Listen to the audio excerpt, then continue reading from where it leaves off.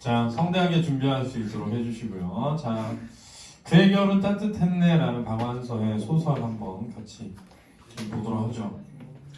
장편 소설이고요. 그다음에 현대 소설입니다. 현실 고발적인 성격을 지니고 사실적인 비판적인데 1950년부터 80년까지 서울 이산가족의 삶을 제재로 전쟁의 비극적인 묘습과 이산가족의 아픈 중산층의 허위의식을 비판적으로 드러내고 있는 그런 작품이라고 하겠습니다. 받았어 페이지? 네. 좋아. 역시 기술의 진보는 아름답습니다. 이 해설도 다 나왔어요. 야 근데 이거 왜 이렇게 많아? 저기 좋네요. 어디 있는지 모르겠어. 자, 일사부터의 북적이던 피란길에서 수지는 먹을 것을 빼앗기가 싫어서 동생 오목이의 손을 일부러 놓아버린 채 혼자 가족에게로 돌아갑니다. 가족을 잃어버린 오목이는 서울의 한 고원에서 성장하죠.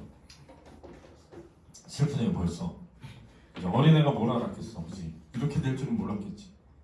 그냥 내가 먹을 거 뺏기기 싫어가지고 동생 없으면 좋겠다 이런 거 아니야. 어떻게 생각해? 둘 다 동생 있잖아. 동생이 미운 때 있습니까? 엄청 많이. 쟤 없었으면 좋겠다. 있습니까? 기본으로 깔려 있어요. 자, 기분은 깔려 있어요. 네, 그러니까. 없었으면 좋겠다. 그게 이게 공감이 많이 되겠네요. 근데 그게 엄청 죄책감이 남겠지 나중에. 그죠? 이게 왜냐면 이래도 되나? 그냥 그 순간 잠깐 그런 건데 영영 잃어버릴 줄은 몰랐겠지. 그쵸. 그지? 그러니까 이제 그거 왜? 약간 넓히려고. 뭘 넓혀? 근데 쌤이 너무 이쪽에 계시는데. 괜찮아요. 좀 중앙에 계셔야 되는 거 아니야? 아니 아니야 흔들지 마. 냅둬. 왜요? 좀 그럼 좀. 아니야 냅둬. 아 진짜. 자, 냅두세요. 전쟁 중 부모를 잃은 수지와 오빠 수철은 부모 이산으로 유복한 생활을 하는데 고아원에서 자란 오목이는 입시학원에 급사로 취직해서 그곳을 거쳐 3학년 지내다가 설 연휴가 되자 혼자 남게 됩니다. 굉장히 동생이 어떻게 살았어? 힘들게. 힘들고 비참하게. 고아로 자랐으면서도 그렇게 홀로 있어 보긴 처음이어서 모기는 그 무서움증을 이겨버리고 이렇게 자신에게 이야기를 걸었다. 그러면 사면의 벽이 즉각 같은 물음으로 그녀를 조소했다. 조소가 뭐니? 비구슨. 조사. 너는 누구냐? 너는 누구냐? 그 악랄한 조소에 그녀는 위축되고 마침내 흔적도 없이 소멸을 받을 것 같았다. 왜 이런 조소를 한다고 생각하게 되는 거지? 무시? 네, 핵심은 이런 거야. 자, 여러분들이 만약에 부모랑 떨어져서 어린 시절 보냈어. 그러면 뭐가 사라지는 거냐면 내가 어디서 왔는지가 사라지는 거야. 존재라고 하는 나라는 존재가 지금 있는 나뿐만 아니라 내가 어디에서 비롯되었는가도 중요하거든. 근데 그게 뭐 해버린 거야? 사라진 거지. 내가 누구의 딸이고 내가 누구의 아들이고 이런 게 없는 거잖아. 그지? 그러니까 나의 이야기가 없는 거야. 나에 대한 이야기가 시작의 이야기. 그러니까 너는 누구냐 이렇게 되는 거지. 그냥 위축되고 뭐야? 자존감이 뭐 하는 거야? 줄어드는 거죠. 외부를 향해 굳게 셔터가 내려진 7층 건물 속의 정적과 공허는 그녀가 홀로 감당하기에 너무나 거대한 괴물이었다. 그러네요. 혼자 설 연휴에 혼자 남게 돼. 야, 예를 들어 설 연휴에 사람 다 어디가? 고향. 고향에 가거나 부모님한테 가거나 누굴 만나? 가족을. 그러니까 이 설 연휴라는 기간은 고아들에게는 더 가혹한 시간이 될 수 있겠지. 그지? 원장 아버지가 보고 싶었다. 왜? 가족. 명절이니까요. 그가 그 독특한 목청으로 뭐가 라고 부르는 소리를 듣고 싶었다. 잠에 쫓겨 잊고 지내던 원장 아버지에 대한 그리움이 아무 할 일 없이 홀로 있게 되자. 할 일 없이가 뭐야? 할 일이 없이? 네. 아니다 뭐지? 어쩔 수 없이 참을 수 없이 간절해졌다. 지금보다 훨씬 어린 나이에 그 이름을 악착같이 움켜쥐고 있다가 이름으로 자기를 주장할 수 있었다는 게 얼마나 눈부신 자존심이었던가를 이제 알 것 같다. 왜 악착같이 움켜쥐고 있지? 남아있는 건 그만하잖아. 자기의 기억에 대해. 그렇지? 연이 이틀째 되는 날 모기는 문장아버지 찾아보기 영광학원을 벗어났다. 공간의 이동이고 일찍 돌아오도록 해 미소 별 볼 일 없이 시내 싸돌아 봤댔자 지갑만 호록해지지. 지갑에 호록해져. 돈만 쓰게 되지. 이득될 거 하나도 없으니까.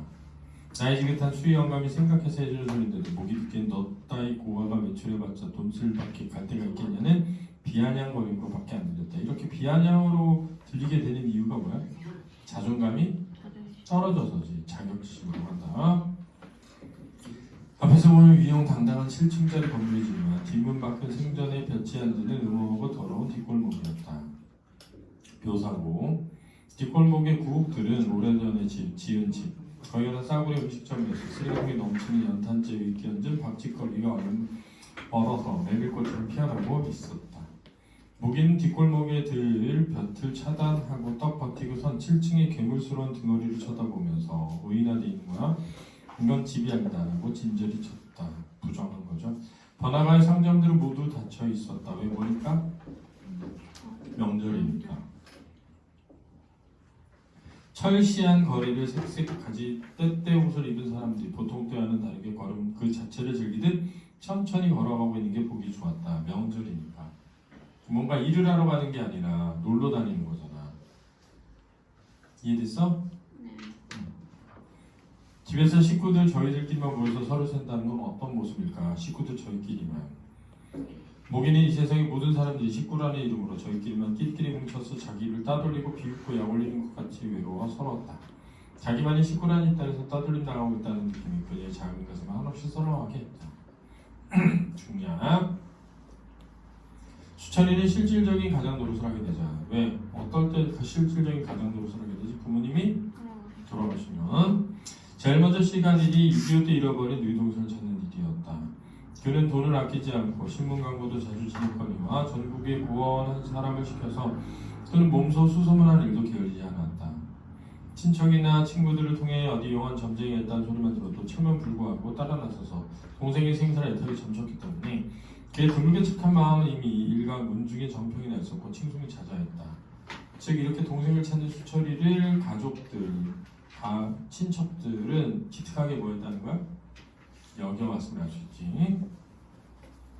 그러나 그 무렵 그는 이미 오목이라는 성명으로 부모에게를 찾는 광고가 난 것을 보았던 것이다. 그는 그 광고를 보자마자 그 진상을 알아보기 전에 우선 그것을 아무도 모르게 감추기에 급급했다. 발행부수 몇십만 신문 광고 중에 한 장을 감춘 것으로 온 세상을 눈가림할 수 없다는 것쯤 그가 모를 리 없었다. 그러나 그의 주변에서 수인이나 오목이를 기억하는 친척이 과연 있을 것인지 긴가민가했다. 더구나 외가 외에는 다 먼 친척이었고 세상을 갈수록 제 살기만 바빠지고 있었다. 자, 이게 이제 세태에 대한 비판적 인식이 들어있는 거 알았지? 그러니까 그가 신문 광고를 감춘 것은 순전히 수지 때문이었다. 왜? 제가 손을 놓았어? 수지가 오목이를 기억하고 뭐 할까봐? 찾게 될까봐. 수지와 수인이 각별한 우애를 잘하는 그로서는 수지까지 오목이라는 별명을 잊었다고 생각할 수는 없었다. 그러니까 오목이라는 별명을 알고 있을 테니까 이 신문을 보면 알아차릴 수 있다고 생각한 거죠.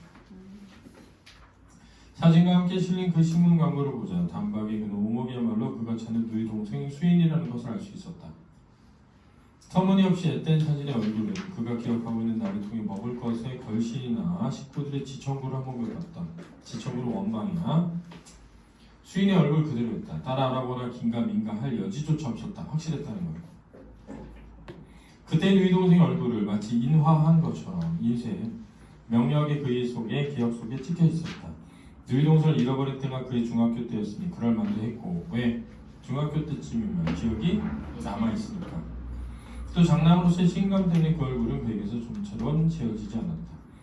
수인이가 오목이라는 이름으로 살아있음을 당장 알아봤음에도 불구하고 그는 즉시 수인이한테 달려가지 못했다. 달려갈 생각보다는 자기 말고 또 누가 수인이를 알아볼까 하는 것부터 두려웠다. 왜? 부담감 때문이야. 그렇다고 처음부터 수인이를 영영 모른 척할 마음까지 먹은 건 아니었다. 그저 마음의 충격을 가라앉힐 시간이 필요한 정도였다. 그러나 그 정말 필요한 시간은 자기 말고도 오목이가 수인임을 알아보는 사람이 있나 없나를 확인할 수 있는 동안이었다. 만일 그런 일가 친척이 있어서 그에게 제보를 해준다면 그때 가서 금시초문인 척 누이를 찾아 나서도 늦지는 않을 것이다. 그래서 그지? 이 비판적인 이 인물에 대한 비판적인 인식이 드러나는데 타인의 뭐에만 신경 쓰고 있는 거야? 시선과 평가. 그렇지? 수철이가요? 수철이. 음. 다행스럽게도 그런 제보를 해준 사람 나타나지 않았다. 이걸 다행스럽게 여긴 것 자체가 웃긴 거지, 그지? 마침 이산가족 찾기 운동이 전국으로 활발한 때라 수철의 가득한 마음을 위해 그런 기사나 광고라면 빠뜨리지 않고 훑어보아노라는 사람까지도 누이 동생이 이제 죽은 셈치라는 위로의 말을 해줄 정도였다. 즉 알아차리지 못했다. 아는 사람이 없었다. 그러나 오목이가 수인임을 알 사람은 천지간에 수천이 하나밖에 없는 줄 모른다. 오직 자기만이 오목의 정체를 알고 있다는데 자신이 생길수록 그는 오목이를 찾아 나서기를 망설이게 되었다. 왜? 오목이를 자기 집안으로 받아들인 것에 대한 부담감 때문이야. 있지? 오목이를 오목인 채로 내버려 둔들 어떠랴 싶었다. 그런 생각이 처음 떠올랐을 때만 해도 그는 스스로도 섬뜩할 정도의 간지였다. 간사한 지혜. 어떻게 그런 생각까지 할 수 있을까? 참으로 망측한 싶고 그런 자신이 정 떨어져서라도 어떤 변명을 마련하지 않으면 안 되었다. 그러니까 굉장히 자기 행동이 잘못이라는 걸 알아볼라? 아는 거야. 그렇지? 며칠 혼자서 국리를 거듭한 그때 얻어낸 변명은 누이 동생이 몸을 안고 있는 곳이 하필 고아원이기 때문이라는 것이었다. 그는 새삼스럽게 고아원의 진저리를 쳤다. 그렇다면 고아원 아닌 어디에 있어야 한단 말인가? 그 생각이 모순됨을 드러내죠. 그는 자신의 억지에 실수했지만 어이없는 웃음이 났지만 그 억지를 처리하지 못했다. 이 말은 그 억지를 그대로 받아들이고 찾지 않았다라는 거야. 그때 수철이는 이미 결혼해서 아름다운 아내와 귀여운 자식을 두고 있었고 하나 남은 누이 동생 수지를 부럽지 않게 호강시켜가며 곱게 기르고 있었다. 그는 좋은 집안에서 고생 모르고 자라서 그에게 시집와 그의 자식을 낳아준 아내를 누구보다 사랑했다. 너무 사랑해서 누이 동생이 하나 달린 것도 속으로 미안한데 하나를 더 끌어들인다니 그것도 고아원으로부터 그건 참아 못할 일이었다. 무슨 적 태도야? 이기적 태도죠. 이기적 태도.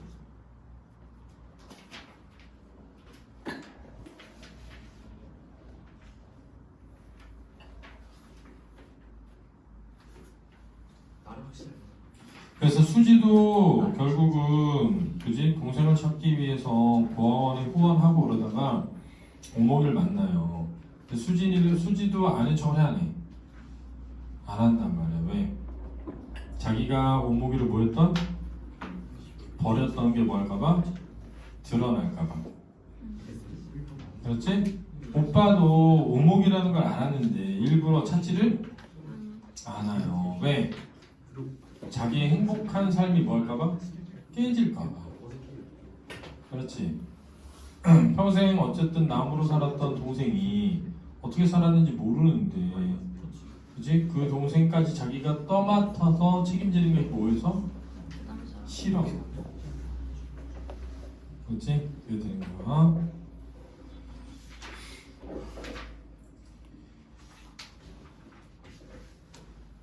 잠시주를 나중에 꼭 읽으세요. 알았죠? 슬픕니다. 저 나중에 오목이 어떻게 돼? 오목이가 결핵에 걸려가지고 죽으면서 고맙다고 수지한테 뭘 줘? 맞나요? 은 표주박을 줘. 둘이가 자매라는 걸 증명할 수 있는. 그치? 정말 언니 같아서 주고 싶어요. 뭐 이러면서 줘. 정말 언니. 어쩌다 만났어요? 응? 아니 알고 있다니까. 후원 도와줘. 자기가 친언니인 걸 숨긴 채 도와줘. 잘해주고. 개너무하다. 그래가지고 마지막에 이제 수지가 막 무릎 꿇고 막 참여하고 끝난 겁니다. 그렇죠? 되게 슬퍼요. 나중에 한번 읽어보시기 바랍니다. 꺼주시고요.